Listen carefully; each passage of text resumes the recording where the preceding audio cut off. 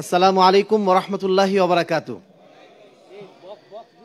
ইন্নাল হামদুলিল্লাহি ওয়াহদাহু ওয়াস সালাতু ওয়াস সালামু আলা মান লা নাবিয়্যা বা'দাহু আম্মা বা'দ ফাআউযু বিল্লাহি মিনাশ শাইতানির রাজীম বিসমিল্লাহির রহমানির রহিম ফা'লাম আন্নাহু লা ইলাহা ইল্লাল্লাহ ওয়াস্তাগফির লিযামবিক ওয়া ক্বালা রাসূলুল্লাহ সাল্লাল্লাহু আলাইহি ওয়াসাল্লাম মান সালাকা তরিকান ইয়ালতামিসু ফীহি ইলমান সাহালাল্লাহু লাহু তরিকান ইলাল জান্নাহ। রাহুল বুখারী ও মুসলিম।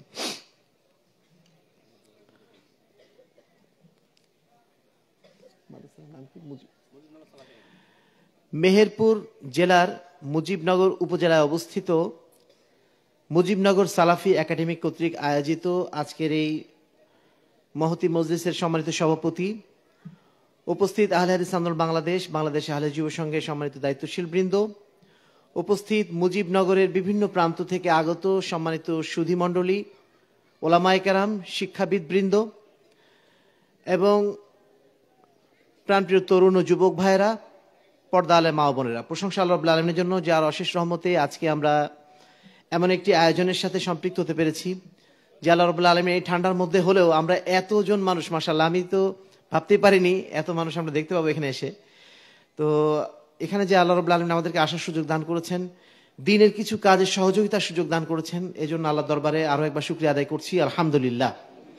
দরুদ ও সালাম বর্ষিত শেষ নবী আহমদে মুস্তাফা মুহাম্মদে মুস্তাফা সাল্লাল্লাহু আলাইহি ওয়াসাল্লামের প্রতি, যিনি বা যার আদর্শের প্রচার এবং প্রতিষ্ঠার জন্যই আমাদের এই প্রতিষ্ঠানের অগ্রযাত্রা। সম্মানিত উপস্থিতি, আজকে এই প্রতিষ্ঠানে এসে আমি অত্যন্ত আনন্দিত হয়েছি। বিশেষ করে মুজিবনগরে আমার প্রথম আসা, এর আগে কখনো আসা হয়নি।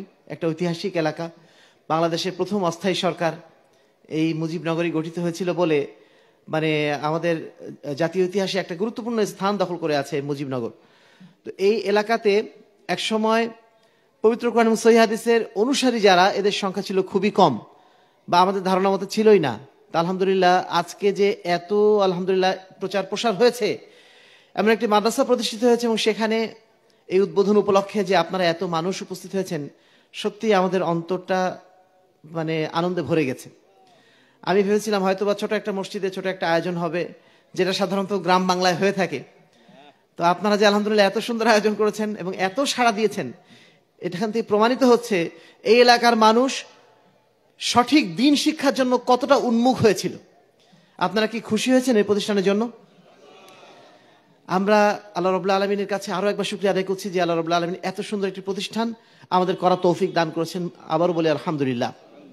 এই প্রতিষ্ঠানে যিনি আমাদের পরিচালক আশরাফুল ইসলাম ভাই, উনি আলহামদুলিল্লাহ খুবই জ্ঞানী ব্যক্তি এবং জ্ঞান চর্চার পিছনে যথেষ্ট সময় দেন। আমাদের অত্যন্ত প্রিয়পাত্র মানুষ, তার এই আহ্বানে বিশেষ করে এখানে আসা, মানে আজকে আসার খুব একটা অবস্থান ছিল না। আমি বিভিন্ন জায়গায় সফরে ছিলাম। আজকে দুপুরেও আমরা একটা মসজিদ উদ্বোধনে ছিলাম রাজবাড়িতে। সেখান থেকে মেহেরপুরের এই মুজিবনগরের পথটা এত লম্বা আমার জানা ছিল না। এখানে আসার সময় ভাবছিলাম মনে হয় আজকে প্রোগ্রাম ধরতে পারছি না। আল্লাহ রহমত আমরা ধরতে পেরেছি এবং কমিটমেন্ট রক্ষা করতে পেরেছি, এই জন্য আল্লাহ দরবারে শুকরিয়া আদায় করছি। সম্মানিত উপস্থিতি, আজকে যে প্রতিষ্ঠানে আমরা উপস্থিত হয়েছি, এই প্রতিষ্ঠান আসলে কেন আমরা উপস্থিত হয়েছি, আশপাশে আরো অনেক প্রতিষ্ঠান আছে এবং এটার চেয়ে তাদের অবকাঠামো, তাদের সবকিছু অনেক বেশি আলহামদুলিল্লাহ অ্যাডভান্সড। কিন্তু সেই সমস্ত প্রতিষ্ঠান বাদ দিয়ে এরকম একটা নতুন প্রতিষ্ঠান আমরা গড়ে তুলছি, আপনাদেরকে আহ্বান জানাচ্ছি। এর পিছনে কারণটা কি? এর কারণ হচ্ছে আপনি আশপাশে যত প্রতিষ্ঠান দেখতে পাবেন, শুধু এই আশপাশে, শুধু মানে মুজিবনগরের এই এলাকায় না, পুরো মুজিবনগর উপজেলা, পুরো মেহেরপুর উপজেলা, মেহেরপুর জেলাতে এই ধরনের প্রতিষ্ঠানের সংখ্যা হাতে গোনা কয়েকটা মাত্র। এই প্রতিষ্ঠানগুলোর সাথে অন্য প্রতিষ্ঠানের তফাৎটা কি? কোন জায়গাতে তফাৎ? কেন আমরা আলাদা একটা প্রতিষ্ঠান নিয়ে আগাচ্ছি? আমরা আপনাদের কাছে যে মেসেজটা পৌঁছে দিতে চাই, বাংলাদেশে আজকে যে সরকারি শিক্ষা ব্যবস্থা বা জেনারেল শিক্ষা ব্যবস্থা, এই শিক্ষা ব্যবস্থাটা পুরোপুরিভাবে এটা একটা সেকুলার শিক্ষা ব্যবস্থা। এই শিক্ষা ব্যবস্থার সাথে এদেশের মুসলমানদের ইমান আকীদার কোনো সম্পর্ক নেই, যদি আকীদার জায়গা থেকে বলি। কারণ এই শিক্ষা ব্যবস্থায় আপনাকে আল্লাহর পরিচয় দেওয়া হয় না, এই শিক্ষা ব্যবস্থায় আপনাকে আল্লাহ রসুলের পরিচয় দেওয়া হয় না, এই শিক্ষায় আপনাকে সঠিক দ্বীনের পরিচয় দেওয়া হয় না। হ্যাঁ, ইসলাম শিক্ষা নামে একটা পার্ট আছে, একটা বই আছে। আপনারা বলবেন যে ইসলাম শিক্ষা একটা বই তো আছে, বই আছে, ওটা জাস্ট একটা কালচার হিসেবে কিছু শেখানোর জন্য। কিন্তু অ্যাজ এ মুসলিম আমাদের দুনিয়াতে কর্তব্যটা কি, কিসের জন্য আমরা এসেছি, আমাদের দুনিয়াতে আমরা কিভাবে জীবন পরিচালনা করব, এই জীবনের পরে আমাদের আরেকটা জীবন আছে, সেই জন্যই আমাদের সমস্ত কাজ করতে হবে, এই ধরনের শিক্ষা আমাদের এই প্রচলিত সেকুলার শিক্ষা ব্যবস্থায় দেওয়া হয় না। আর এই কারণেই আপনি দেখবেন এই দেশে আমরা যে যত বেশি জেনারেল শিক্ষায় শিক্ষিত, সে তত বেশি ইসলাম থেকে আরো বেশি দূরে। বিশ্ববিদ্যালয়গুলোতে যেয়ে দেখেন, সেই সব জায়গাতে আপনি গেলে মনে করবেন এটা কি বাংলাদেশের কোনো কান্ট্রি নাকি ওয়েস্টার্ন কোনো কান্ট্রি, পশ্চিমাদের কোনো দেশ। আপনি আপনার যে সন্তানটাকে 5 ওয়াক্ত সালাতে অভ্যস্ত করেছিলেন, সালাম দেওয়া অভ্যস্ত করেছিলেন, ওই বাচ্চাটা স্কুলে ভর্তি হয়েছে, কলেজে যাচ্ছে, তারপরে যখন বিশ্ববিদ্যালয়ে গেছে দেখবেন সে সালাম দেওয়া ভুলে গেছে। সে যখন 5 মাস 6 মাস পরে আপনার গ্রামে আসছে, সে যখন চা খাচ্ছে গ্রামের কোনো একটা ইয়েতে বসে, দোকানে বসে চা খাচ্ছে বাম হাতে, সে যখন, কি বলবো আর বলতে খারাপ লাগে, সে যখন পেশাব করছে সে দাঁড়িয়ে পেশাব করছে। বিশ্ববিদ্যালয়ে আপনি যখন আপনার সন্তানকে দেখতে যাবেন, যাই একটু দেখে আসি 1 বছর পরে আমার সন্তান বিশ্ববিদ্যালয়ে কিভাবে পড়াশোনা করছে, সেখানে দেখবেন সব জোড়ায় জোড়ায় বসে আছে বিভিন্ন জায়গাতে। যে সন্তানকে আপনি কখনো কল্পনা করেননি এই ধরনের একটি নন মাহরাম একটা মেয়ের সাথে বসে থাকবে, আপনার মেয়েকে আপনি কখনো কল্পনা করেন নাই যে একটা নন মাহরাম ছেলের সাথে এভাবে বসে থাকবে। বিশ্ববিদ্যালয়ে যান, সেখানে সে এভাবে বসে থাকছে, পরিবেশটা এরকম হয়ে আছে। যে যত বেশি এখন শিক্ষিত সে তত বেশি ইসলাম থেকে দূরে, যে যত বেশি শিক্ষিত সে তত বেশি দুর্নীতিবাজ। এটা বললেও অত্যুক্তি হবে না। আজকে বাংলাদেশের সরকারি অফিসগুলো কারা চালায়? অশিক্ষিত লোকরা চালায়। সব শিক্ষিত লোক বসে আছে। যত আপনার সরকারি অফিস সবগুলোতে আপনার শিক্ষিত লোকরাই বসে আছে, বিসিএস পাশ করা লোকরাই বসে আছে। ঘুষ খাচ্ছে কারা তাহলে?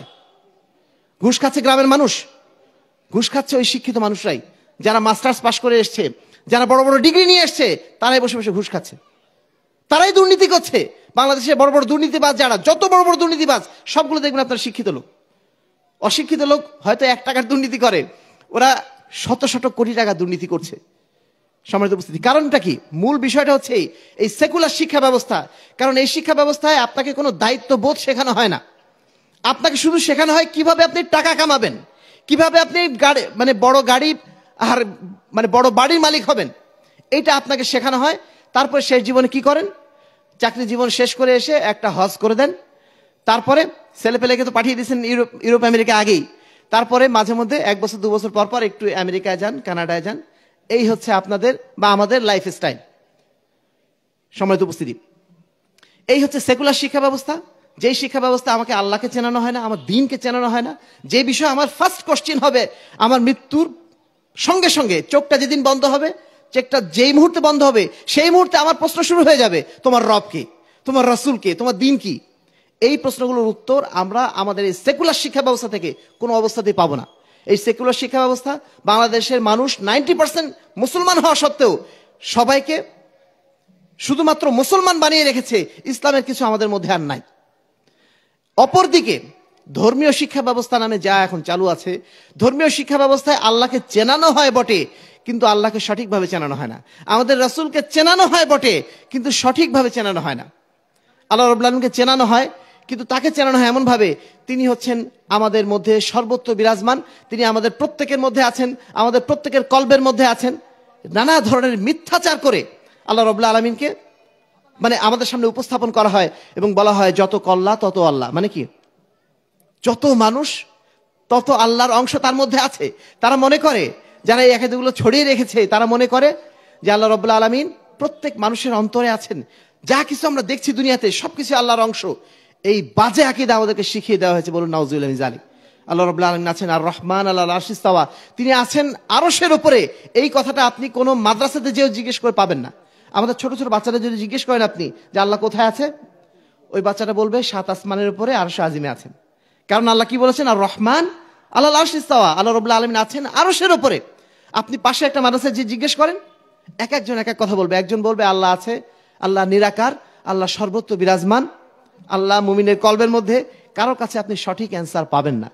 ঠিক তেমনি ভাবে আমাদের রাসূল সম্পর্কে যদি জিজ্ঞেস করেন, একদম ভেরি বেসিক কোশ্চেন, যে আল্লাহ রাসূল সাল্লাল্লাহু আলাইহি ওয়াসাল্লাম তিনি কি আমাদের মতো মানুষ ছিলেন নাকি নূরের তৈরি ছিলেন?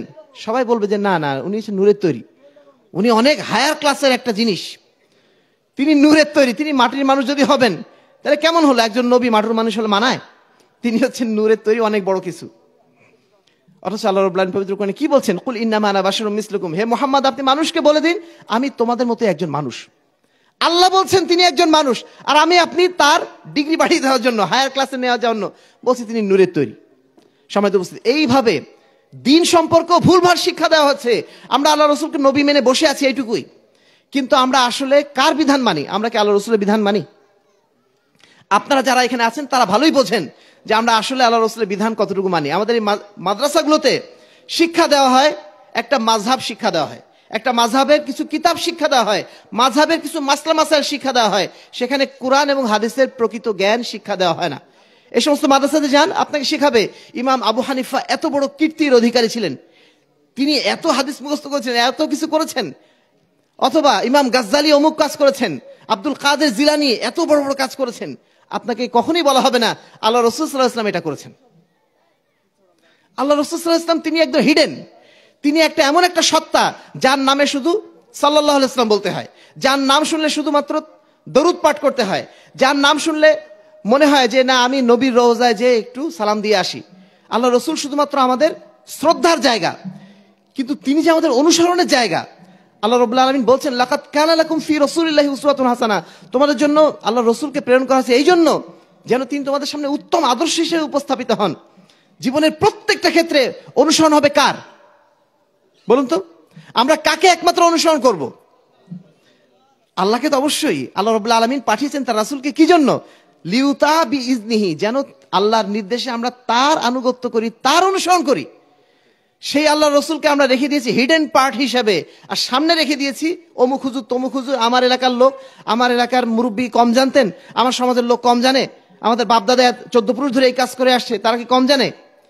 কোনো কথা বললেই হয়, যখনই আমরা বলি এটা সুন্নত, রফল এদান করা সুন্নত, আমিন বলা সুন্নত, সঙ্গে সঙ্গে তারা বলবেন যে না আমিন বলা সুন্নত, তাহলে আমাদের বাপ দাদা 14 পুরুষ কি ভুল করে আসলো নাকি? আমাদের নানা দাদা কত বড় বড় সব মুরব্বী ছিলেন, তারা কত পরেশগার লোক ছিলেন, যাদেরকে আমরা কখনো 5 ওয়াক্ত সালাত ত্যাগ করতে দেখি নাই, যাদের এত বড় দাড়ি ছিল, তারা কি কম জানতেন? এই যে রোগ আমাদের মধ্যে ঢুকে আছে, এই রোগ থেকে আমরা এখনো মানুষকে বের করতে পারছি না। কেন? কারণ এই মাদ্রাসাগুলো ইসলামের সঠিক শিক্ষা আমাদের দিয়ে রাখেনি। আমাদের শুধু শিখিয়েছে আশহাদু আল্লা ইলাহা ইল্লাল্লাহ ওয়া আশহাদু আন্না মুহাম্মাদান আবদুহু ওয়া রাসূলুহু, এইটুকু পড়া শিখিয়েছে, এইটুকু মুখস্থ করিয়ে দিয়েছে, কিন্তু বাস্তব জীবনে তার কোনো ইমপ্লিমেন্টেশন নাই। আর এই কারণে আজকে আমরা আল্লাহ রাসূল সাল্লাল্লাহু আলাইহি ওয়াসাল্লামের সুন্নাত থেকে বহু দূরে। যখন আমরা আজকে এসে বলি যে গণতন্ত্র হারাম, গণতন্ত্র আল্লাহ রাসূল সাল্লাল্লাহু আলাইহি ওয়াসাল্লামের আদর্শ নয়, আমরা মুসলিম, আমরা তো লা ইলাহা ইল্লাল্লাহ কালেমার লোক, আমরা তো কি বলবো জনগণের সার্বভৌম ক্ষমতার অধিকারী, এই কালেমার লোক না, তখন আমরা বলি, আমরা মনে করি এই কোন কথা বলে, নতুন কথাবার্তা, এই সমাজে এইসব গণতন্ত্র ছাড়া অন্য কিছু চলে নাকি, কি বলা এগুলা? অথচ এইটুকু আমরা চিন্তা করলাম না যে আল্লাহ রসুল আমাদেরকে পেশাব পায়খানা পর্যন্ত করা শিখিয়েছেন, শেখান নাই? আল্লাহ রসুল শেখান নাই এমন কিছু বাদ, মানে এমন কিছু কি রেখেছেন যেটা শেখান নাই? সবকিছু তিনি শিখিয়ে দিয়ে গেছেন। পেশাব পায়খানা কিভাবে করতে হবে সেটাও শিখিয়ে দিয়েছেন, পানি কিভাবে খাবেন সেটাও শিখিয়ে দিয়েছেন। 1 গ্লাস পানি খাবেন, তারও 5টা সুন্নত আছে, তারও 5টা নিয়ম আছে। সব নিয়ম তো বাদ। এখন আমরা মনে করছি আল্লাহ রাসূল সাল্লাল্লাহু আলাইহি ওয়াসাল্লাম তিনি তো 1400 বছর আগের লোক ছিলেন, তিনি রাজনীতি অত বুঝতেন না, তিনি অত অর্থনীতি বুঝতেন না। এজন্য রাজনীতি অর্থনীতি বোঝার জন্য আমাকে যেতে হবে আব্রাহাম লিঙ্কনের কাছে, আমাকে যেতে হবে অ্যাডাম স্মিথের কাছে, আমার রসুলের কাছে এই সমস্ত হেদায়েত নাই। এই বিশ্বাস যদি কারোর অন্তরে থাকে, সে কি মুসলমান থাকবে? আপনারা কি মনে করেন অর্থনীতি রাজনীতিকে আল্লাহ রসুল শিখিয়ে যাননি? আল্লাহ রসুল সাল্লাল্লাহু আলাইহি ওয়াসাল্লাম যে রাজনীতি শিখিয়ে দিয়েছেন সেই ইসলামী খেলাফতের রাজনীতি, তার পক্ষে আমাদের মুখে কারো কোনো আওয়াজ নেই। আমাদের আওয়াজ শুধু গণতন্ত্রের পক্ষে। ইসলামী রাজনৈতিক দলগুলো পর্যন্ত ইসলামী রাজনীতি করছেন, খুব ভালো কথা, আপনি ইসলামী খেলাফতের কথা বলেন। আপনার মুখে কেন শোভা পাচ্ছে যে না এই গণতান্ত্রিক প্রক্রিয়া ছাড়া আর কোনো উপায় নেই আমাদের, আমরা আগে ক্ষমতায় যাই, ইসলাম চেঞ্জ করে ফেলবো, নাকি বাংলাদেশটাকে চেঞ্জ করে ফেলবো, ইসলাম প্রতিষ্ঠা করে ফেলবো? এত সহজ? পচা নর্দমার মধ্যে দিয়ে যাওয়ার পরে আপনি বলতে পারবেন যে আমি পরিষ্কার হতে পারবো, আমি পাক পবিত্র হয়ে যাব পচা নর্দমায় গোসল করে? কখনো সম্ভব? ইসলামী খেলাফত আসবে ইসলামের তরিকাতেই। ইসলামের বাইরে যত তরিকা নিয়ে আপনারা কাজ করছেন, যত তরিকা নিয়ে আপনারা রাজনীতি করছেন, সবগুলোই বাতিল। একটাই কথা, লাকাদ কানা লাকুম ফি রাসূলিল্লাহি উসওয়াতুন হাসানাহ, তোমাদের জন্য একমাত্র আদর্শ রয়েছে আল্লাহ রাসূল সাল্লাল্লাহু আলাইহি ওয়াসাল্লামের মধ্যেই। এই বিশ্বাসটা যদি পোক্ত আপনার না থাকে, আপনি মুসলিমই হতে পারবেন না। আপনার ঈমানটা অলরেডি খারিজ হয়ে গেছে। আপনি মনে করছেন আমি তো দাড়ি রাখি, আমি তো মসজিদে 5 ওয়াক্ত সালাত আদায় করি, আজকে জুমার খুতবাতে আমরা এই বিষয়ে আলোচনা করছিলাম যে এক গ্লাস পানি পরিপূর্ণ হয়ে আছে, সেই এক গ্লাস পানিতে যদি আপনি এক টিপ বিষ মিশিয়ে দেন, ওই পানি কি আর খাওয়ার উপযুক্ত থাকবে? আপনি বাইরে থেকে মনে করছেন এক গ্লাস পানি তো দেখতে পাচ্ছি আমি, খেলে কি সমস্যা, কিন্তু ওখানে যখন বিষ মেশানো আছে সেই পানি যেমন পানির উপযুক্ত থাকে না, ঠিক তেমনি আপনি ইমানদার মানুষ, আপনার সবকিছু ঠিক আছে, কিন্তু আপনার ইমানের মধ্যে কুফরি ঢুকে গেছে, সেই ইমান আপনাকে জান্নাতে মুক্তি দেবে না। একজন মানুষ অজু করেছে, আপনার সামনে অজু করলো, করার পরে কোনো সময় বায়ু নিঃসরণ হয়ে গেছে, আপনি জানেন না, আপনি ভাবছেন বাইরে থেকে দেখে এই লোকটা তো অজু করেছে, কিন্তু তার ইমান যে চলে গেছে সে জানে আর আল্লাহ জানে। সম্মানিত উপস্থিতি, যেটা বলতে চাচ্ছিলাম যে আজকে আমাদের সমাজে সেকুলার শিক্ষা ব্যবস্থা একদিকে, আরেকদিকে ইসলামী শিক্ষা ব্যবস্থা, তারা আমাদের ইসলাম প্রকৃত অর্থে শেখাচ্ছে না, শেখাচ্ছে এক একটা মাযহাবের বিধান, শেখাচ্ছে একটা তরিকার বিধান, এক একজন পীর সাহেবের বিধান, এক একজন ব্যক্তির বিধান, ইসলামের প্রকৃত বিধান আমাদেরকে শেখাচ্ছে না। আর এই কারণেই আজকে এই ধরনের প্রতিষ্ঠানগুলো প্রয়োজন হচ্ছে।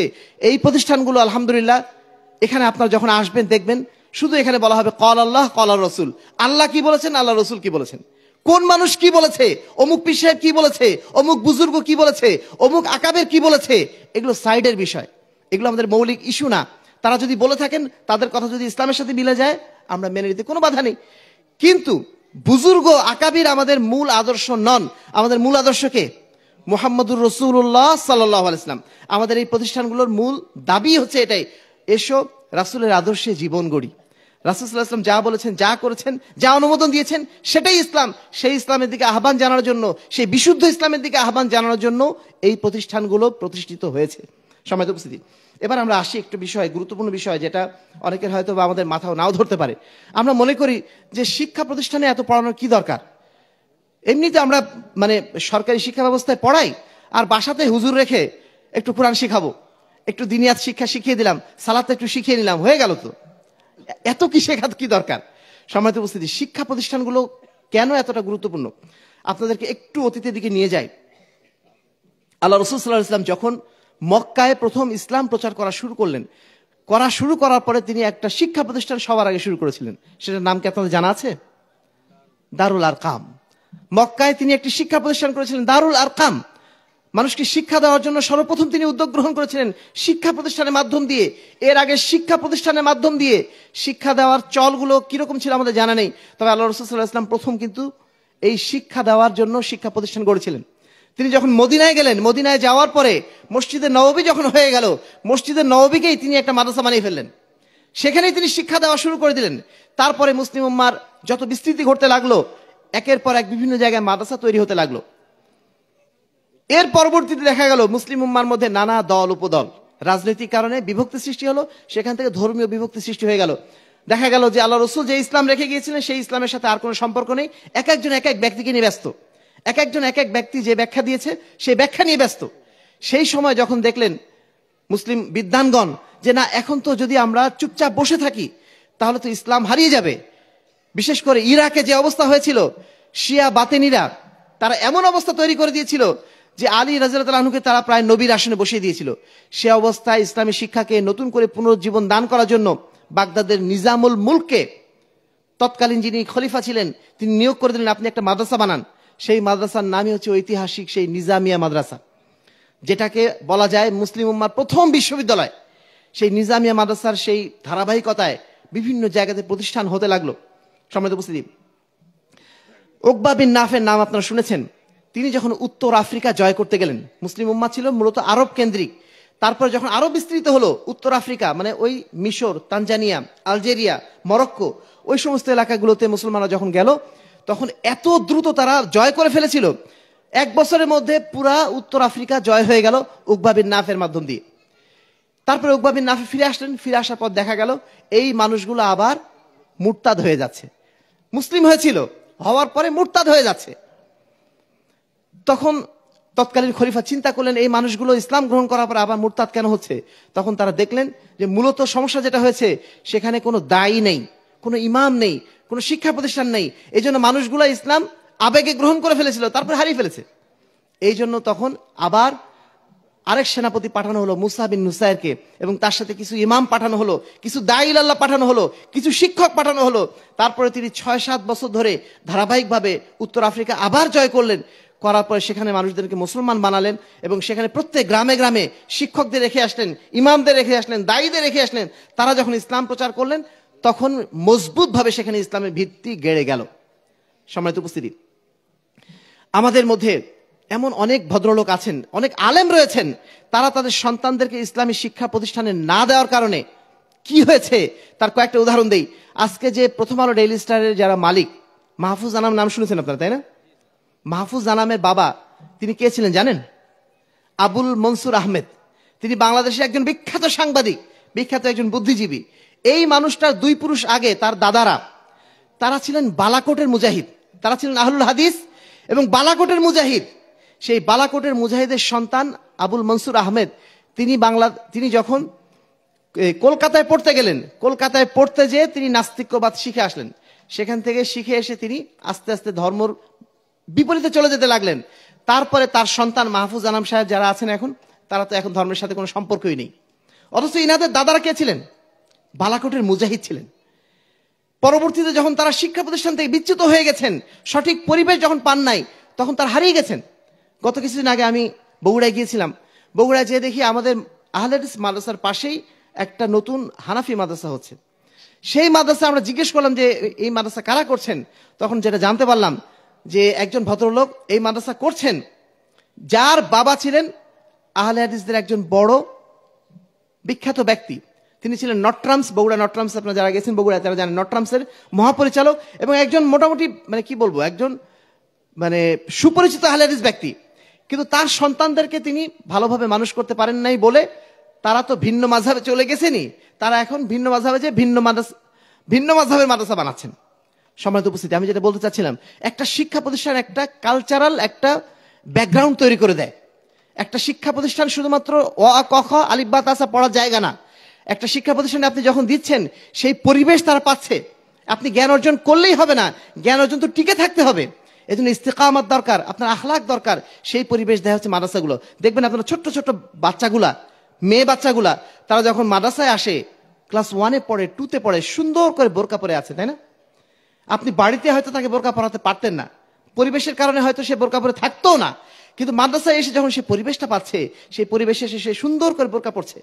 আমাদের যে ছেলেটা সালাত আদায় করতো না গ্রামে যখন থাকতো, ওই ছেলেটা যখন মাদ্রাসায় পড়ছে, মাদ্রাসার পরিবেশে থাকছে, অন্য ছেলেদেরকে দেখছে, তখন সে সুন্দরভাবে সালাত আদায় করা শিখছে, 5 ওয়াক্ত সালাতে অভ্যস্ত হয়ে যাচ্ছে। এই যে পরিবেশ, এই পরিবেশ আপনি মাদ্রাসায় ছাড়া পাবেন না। এজন্য শিক্ষা প্রতিষ্ঠান অত্যন্ত গুরুত্বপূর্ণ। শুধু আজকে কেন, সারা পৃথিবীতে যত বড় বড় সভ্যতা গড়ে উঠেছে মূলত এক একটা শিক্ষা প্রতিষ্ঠানের কারণে। আজকে মদিনা বিশ্ববিদ্যালয়ের কারণে আহলে হাদিস আকীদা মানহাজ সারা বিশ্বব্যাপী যেভাবে ছড়িয়ে পড়েছে, মদিনা বিশ্ববিদ্যালয় না থাকলে হয়তো এভাবে নাও হতে পারত। আজকে ভারতের দেওবন্দে হানাফি মাযহাবে যে বিখ্যাত মাদ্রাসাটি প্রতিষ্ঠিত হয়েছে, ওই মাদ্রাসাটি প্রতিষ্ঠিত না হলে এই উপমহাদেশে হানাফি মাযহাবের প্রচারটা এইভাবে নাও থাকতে পারত। প্রতিষ্ঠান অনেক বড় ভূমিকা রাখে। আজকে যে প্রতিষ্ঠান এখানে গড়ে উঠলো, যদি আসলে আল্লাহ রাব্বুল আলামিন কবুল করেন এই প্রতিষ্ঠানকে, দেখবেন এই প্রতিষ্ঠানের কারণে এই মুজিবনগরের বিশাল অংশের মানুষ তারা পবিত্র কোরআন এবং সহিহ হাদিসের অনুসারী হয়ে যাচ্ছে আলহামদুলিল্লাহ। প্রাতিষ্ঠানিক ভিত্তিটা অত্যন্ত জরুরি। আপনি ঘরে বসে অনেক কিছু পড়া যায়, অথবা মসজিদে ইমাম সাহেবের খুতবা শুনে অনেক কিছু শেখা যায়, কিন্তু সেটা প্রাতিষ্ঠানিক শিক্ষা না। আপনাদেরকে আরো একটু বুঝিয়ে বলি। আচ্ছা, আপনারা শিক্ষা প্রতিষ্ঠানে কেন যান বলেন তো? শিক্ষা প্রতিষ্ঠানে কেন যান? আপনার যে বইপত্রগুলো সিলেবাসে দেওয়া আছে, ওগুলো তো আপনি নিজে ঘরে বসে পড়তে পারেন না? তারপর আপনি কেন যান? একটা সিস্টেমেটিক্যালি পড়তে হয়, নিয়মতান্ত্রিক উপায়ে পড়তে হয়, একটা পরিবেশের মাধ্যমে থাকতে হয়। শিক্ষা মানে শুধুমাত্র পড়া না, বই পড়লেই শিক্ষা হয়ে যায় না, এটার জন্য একটা পরিবেশ লাগে। সেজন্য আপনি শিক্ষা প্রতিষ্ঠানে যান।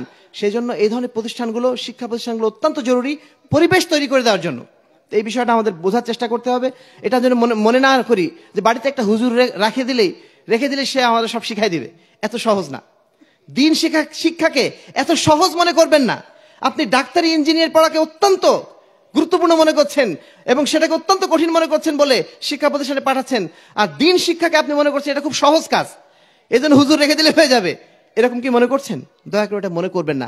আপনাদের প্রতি আমাদের বিনীত অনুরোধ, প্রতিষ্ঠানগুলোকে আপনারা একটা আল্লাহর নেয়ামত হিসেবে মনে করবেন। এখানে আপনাদের সন্তানদেরকে আপনারা সাধ্যমতো পাঠানোর চেষ্টা করবেন। সম্মানিত উপস্থিতি, অভিভাবকদের প্রতি আমাদের বিশেষ অনুরোধ থাকবে যারা এখানে এসেছেন, যে আপনার সন্তান কিন্তু আপনার সবচেয়ে বড় সম্পদ, তাই না? পৃথিবীতে আমরা যত বড় সম্পদই করি না কেন, সেটা টাকা পয়সা হোক, গাড়ি বাড়ি হোক, সেই সম্পদের চেয়ে আপনার কাছে সবচেয়ে গুরুত্বপূর্ণ সম্পদ হচ্ছে আপনার সন্তানটা। কিভাবে বুঝবেন? যেই লোকটা নিঃসন্তান তার কাছে যে জিজ্ঞেস করেন, তার হয়তো কোটি কোটি টাকার বাড়ি আছে, কোটি কোটি টাকার তার গাড়ি আছে, কিন্তু তার মনে শান্তি নেই। কারণ তার কোনো সন্তান নেই। সন্তান না থাকার কারণে তার অন্তরে সবসময় একটা শূন্যতা বিরাজ করছে, এবং এই সন্তান না থাকার কারণে তার যে সম্পদগুলো উত্তরাধিকারী কে হবে সেটা নিয়ে সে চিন্তিত। একটা সন্তান যখন হয় তখন আমার চিন্তা মুক্ত, যে না, আমার সম্পদের উত্তরাধিকার হচ্ছে আমার সন্তানরা। তো এই সন্তান যদি মানুষের মতো মানুষ না হয়, আদর্শবান যদি মানুষ না হয়, দিনদার যদি না হয়, তাহলে এই সন্তানটা কাল কিয়ামতের ময়দানে আপনার জন্য সবচেয়ে বড় লজ্জার কারণ হবে। আজকে যাকে আপনি মনে করছেন সবচেয়ে গুরুত্বপূর্ণ সম্পদ, ওই সন্তান আপনার জন্য কাল কিয়ামতের ময়দানে সবচেয়ে লাঞ্ছনার কারণ হয়ে যাবে। কারণ আল্লাহ রাব্বুল আলামিন না করুন, যদি আপনার সন্তানটা জাহান্নামী হয়ে যায় আমার আপনার অবহেলার কারণে, সে যদি জাহান্নামের পথের পথিক হয়ে যায়, কাল কিয়ামতের ময়দানে যদি আল্লাহর কাছে ধরা খেয়ে যায়, তাহলে ওই সন্তান সবার আগে কি বলবে জানেন? আমার বাপ দাদাকে আগে ডেকে নিয়ে আসেন, আমার বাপ মাকে আগে ডেকে নিয়ে আসেন আমার সামনে। ইন্না তানা সাদাতানা কুবারা আনা। আমরা তো নিজে নিজে পথভ্রষ্ট হই নাই, আমরা তো কেবলমাত্র আমার বাপদাদা অনুসরণ করেছি। বাপদাদা বলেছে ওখানে পড়ো, ওখানে পড়েছি। আমরা তো শুধু আমাদের বাপদাদার অনুসরণ করেছি, আমাদের অভিভাবকদের অনুসরণ করেছি, আমাদের শিক্ষকদের অনুসরণ করেছি। তারা তো কখনো আমাকে আল্লাহর কথা বলে নাই, তারা তো কখনো দ্বীনের কথা বলে নাই, তারা তো কখনো রাসূলের কথা বলে নাই। অতএব আজকের দিনে যদি আপনি আমাদের শাস্তি দেন, তারা আল্লাহর কাছে ডিবেট করবে যে আল্লাহ, আপনি যদি আমাদের আজকে শাস্তি দেন, তাহলে আতিহিম যায়ফাইনি মিনাল আযাব, তাহলে আমার বাপ দাদাকে আপনি ডাবল শাস্তি দেন। কারণ তাদের কারণে পথভ্রষ্ট হয়েছে, এই জন্য ডাবল শাস্তি তাদেরকে দেন। ওয়াল আনহুম লাআনান কাবীরা, এবং তাদেরকে মহা অভিশপ্ত করে দিন। আপনার সন্তান যাকে আপনি দুধ কলা খাইয়ে মানুষ করেছেন, বড় করেছেন, সেই সন্তানের মুখ দিয়ে এই কথা শোনার জন্য আমরা কোনো অভিভাবক কি প্রস্তুত আছি? এই কথাটা শুধুমাত্র আজকে মাথায় নিয়ে যান, যে আপনার সন্তানকে আপনি কোন দিকে পরিচালনা করবেন। তাকে যদি দিনদার না বানান, কাল কিয়ামতের ময়দানে আপনার সবচেয়ে বড় শত্রু হবে আপনার সন্তান। এই বিষয়টা অন্তত যদি মাথায় আমরা নিতে পারি, তাহলে আমার মনে হয় আমার সন্তানের ভবিষ্যৎ কিভাবে গড়বো সেটা নিয়ে আমরা একটা ধারণা, একটা রোড ম্যাপ অলরেডি তৈরি করে ফেলবো। তো এই বিষয়টা আপনাদেরকে বিনীতভাবে আমরা অনুরোধ করব, যে সন্তানদেরকে দয়া করে আপনারা নিজে পথভ্রষ্ট করবেন না। আল্লাহ রাব্বুল আলামিন কবুল না করলে হতে পারে কোন নবীর সন্তানও পথভ্রষ্ট হয়ে যেতে পারে। নূহ আলাইহিস সালামের সন্তান পথভ্রষ্ট হয়নি, আল্লাহ চাইনি হয়নি, কিন্তু আপনার চেষ্টা তো থাকতে হবে। সেই চেষ্টাটার জন্যই আমরা আপনাদেরকে অনুরোধ করছি। হাদিস ফাউন্ডেশন শিক্ষা বোর্ড বর্তমানে কি কাজ করছে?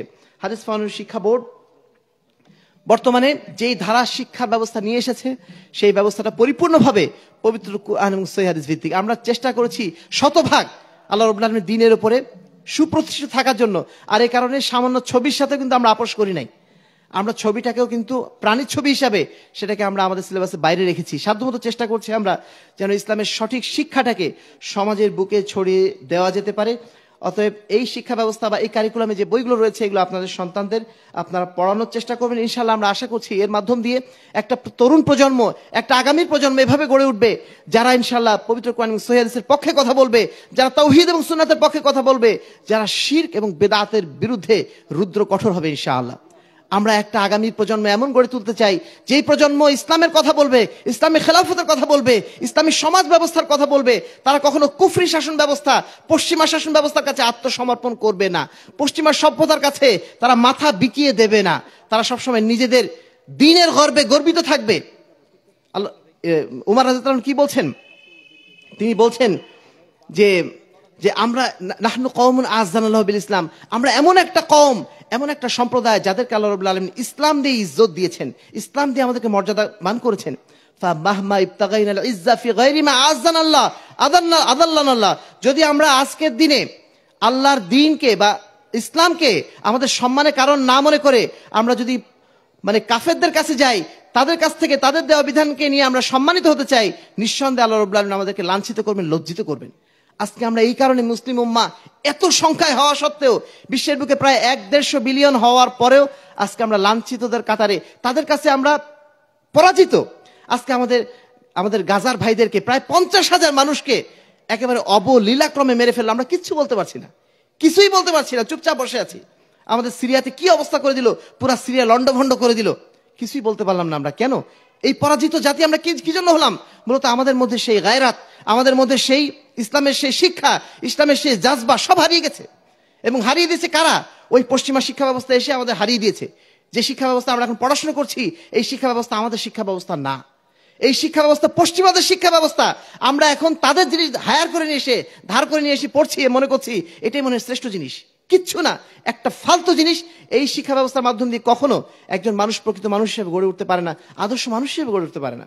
সম্মানিত উপস্থিতি, আমরা চাচ্ছি ক্লাস 8 পর্যন্ত অন্তত পক্ষে আমাদের বাচ্চাদের আমরা এই সমস্ত প্রতিষ্ঠানগুলোতে পড়াতে। তারপরে আপনি যদি চান, আপনি ডাক্তার বানান, ইঞ্জিনিয়ার বানান, যেখানে পাঠান না কেন, অন্তত মজবুত ফাউন্ডেশনটা করার জন্য ক্লাস 8 পর্যন্ত আপনার সন্তানদেরকে আপনারা এই ধরনের প্রতিষ্ঠানে রাখুন। তারপরে আপনি যদি মানে উচ্চশিক্ষার জন্য কোথাও নিয়ে যেতে চান, কোনো জায়গায় সুইটেবল মনে করেন, সেখানে নিয়ে যান, কিন্তু বাধ্যগতভাবে আপনারা অন্তত পক্ষে ক্লাস 8 পর্যন্ত এই ধরনের প্রতিষ্ঠানে রাখুন। তাহলে তারা কোরআন শিখবে, হাদিস শিখবে, ইসলামের বুনিয়াদে আকীদা শিখবে, তার জীবনে চলার পথ শিখবে। সে অন্তত জানবে যে না, আমি প্রত্যেকটা কাজ করছি আখিরাতের জন্য।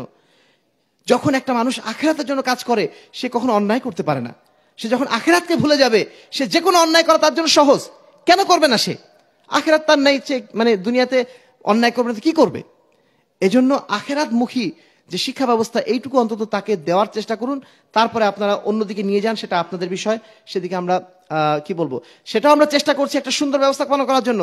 ইসলামী মেডিকেল কলেজ, এমন মেডিকেল কলেজ হোক যেখানে ইসলামী পরিবেশ থাকে, এমন ইঞ্জিনিয়ারিং কলেজ হোক যেখানে ইসলামী পরিবেশ থাকে, সেটাও আমরা ধারাবাহিকভাবে চেষ্টা করে যাচ্ছি।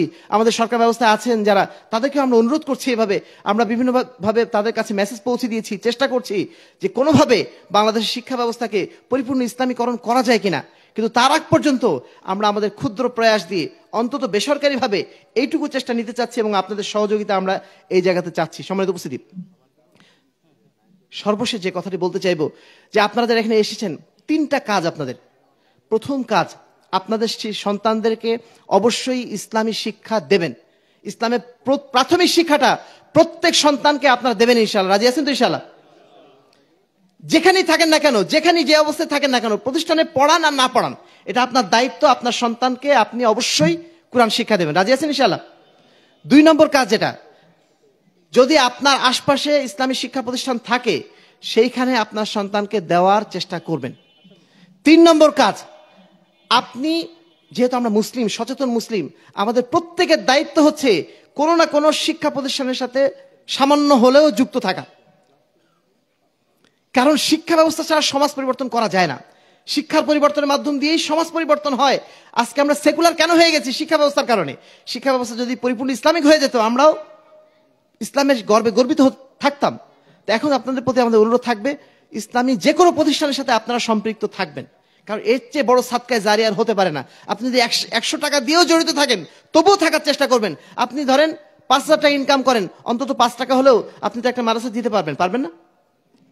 এইটুকু হলেও সম্পৃক্ত থাকার চেষ্টা করবেন। আল্লাহর কাছে অন্তত বলার সুযোগ পাবেন, আল্লাহ, আমি একটা সংস্কারের সাথে জড়িত ছিলাম, একটা প্রজন্মকে সংস্কার করার জন্য চেষ্টা করেছিলাম, তার জন্য আমি সামান্য এটুকু হলেও অবদান রাখার চেষ্টা করেছি। এটুকু অন্তত বলার সুযোগ তো পাবো আল্লাহর কাছে, তাই না? আমরা প্রত্যেককে অনুরোধ করব, কেউ বাদ যাবেন না।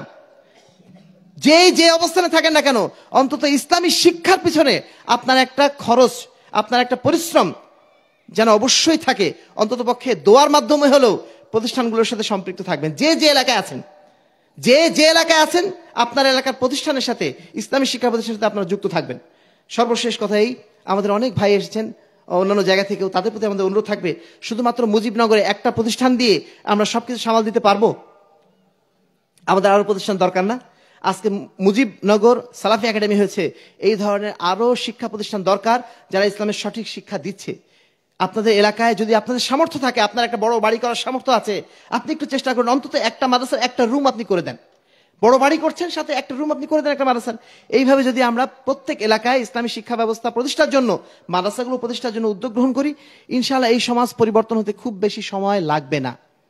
আর যদি আমরা উদ্যোগ না নেই, আমরা যদি গাফেল থেকে যাই, তাহলে যা ছিল তাই থেকে যাবে, কোনো লাভ হবে না। এজন্য আপনাদের প্রতি আমাদের বিনীত অনুরোধ থাকবে, আজকে আমরা মেহেরপুর পর্যন্ত, এই মুজিবনগর পর্যন্ত ছুটে আসার একটাই উদ্দেশ্য, আপনাদের কাছে কিছু বার্তা পৌঁছে দেওয়া, ইসলামী শিক্ষার, ইসলাম বিশুদ্ধ শিক্ষার জন্য যে আপনাদের যে মেহনত করা প্রয়োজন, এইটুকু সচেতনতা আপনাদের মধ্যে জাগিয়ে তোলা, এটাই মূলত আমাদের উদ্দেশ্য ছিল। আলহামদুলিল্লাহ আমরা এসে আপনাদের কাছ থেকে যে সাড়াটা পেয়েছি, আপনাদের মধ্যে আলহামদুলিল্লাহ যে মানে একটা সচেতনতা লক্ষ্য করেছি, এটা আমাদের অন্তরটা ভরিয়ে দিয়েছে। আল্লাহ রাব্বুল আলামিন আপনাদের সবার এই উপস্থিতিকে যেন কবুল করে নেন। আজকে যে আমরা যে উদ্দেশ্য নিয়ে এখানে উপস্থিত হয়েছি, আল্লাহ রাব্বুল আলামিন আমাদের উদ্দেশ্যটাকে যেন কবুল করে নেন।